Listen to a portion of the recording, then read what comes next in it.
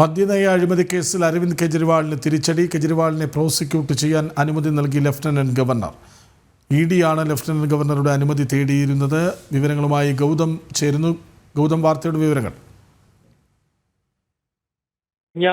December 5-ാം തീയതി enforcement directorate Aravind കെജ്രിവാളിനെ prosecute ചെയ്യാൻ അനുമതി തേടി ലഫ്റ്റനന്റ് ഗവർണറെ ഇഡി സമീപിച്ചിരുന്നു. ഇതിന്റെ ഭാഗമായിട്ടാണ് നിലവിൽ കെജ്രിവാളിനെ പ്രോസിക്യൂട്ട് ചെയ്യുവാനുള്ള അനുമതി ലഫ്റ്റനന്റ് ഗവർണർ അനിൽ സക്സേന ഇപ്പോൾ എൻഫോഴ്സ്മെന്റ് ഡയറക്ടറേറ്റിന് നൽകിയിരിക്കുന്നത്. ഡൽഹിയിൽ നിയമസഭാ തെരഞ്ഞെടുപ്പ് ഉടൻ കേന്ദ്ര തെരഞ്ഞെടുപ്പ് കമ്മീഷൻ പ്രഖ്യാപിക്കാനിരിക്കുകയാണ്. അരവിന്ദ് കെജ്രിവാളിന്റെ ഉൾപ്പെടെ സ്ഥാനാർത്ഥി പട്ടിക പ്രഖ്യാപിച്ചുകൊണ്ട് ആം ആദ്മി തെരഞ്ഞെടുപ്പ് പ്രവർത്തനങ്ങളിലേക്ക് കടക്കുന്ന ഘട്ടത്തിലാണ് പാർട്ടിയുടെ അഖിലേന്ത്യാ കൺവീനറും മുൻ മുഖ്യമന്ത്രിയുമായ കെജ്രിവാളിനെ പ്രോസിക്യൂട്ട് ചെയ്യാൻ ഇപ്പോൾ ഡൽഹിയിൽ ലഫ്റ്റനന്റ് ഗവർണർ അനുമതി നൽകിയിരിക്കുന്നത്. സ്വാഭാവികമായും കെജ്രിവാളിനും ആം ആദ്മി പാർട്ടിക്കും ഈ തെരഞ്ഞെടുപ്പ് അടുത്തിരിക്കുന്ന ഘട്ടത്തിൽ ഇത് വലിയ തിരിച്ചടിയാണ്.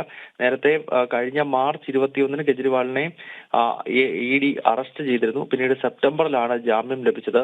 തുടർച്ചയായി കോടതിയിൽ ഇഡി നൽകിയ റിപ്പോർട്ടുകളിലെല്ലാം ഡൽഹി മദ്യനയ അഴിമതിയുടെ പ്രധാനപ്പെട്ട സൂത്രധാരൻ കെജ്രിവാളാണ് എന്നാണ് ചൂണ്ടിക്കാണിക്കുന്നത്. ഇത്രത്തോളം കൃത്യമായ തെളിവുകളുള്ള പശ്ചാത്തലത്തിൽ കൂടിയാണ് പ്രോസിക്യൂട്ട് ചെയ്യാനുള്ള അനുമതി ഇഡി ഗവർണറോട് തേടിയത്. കൃഷ്ണരാജ്.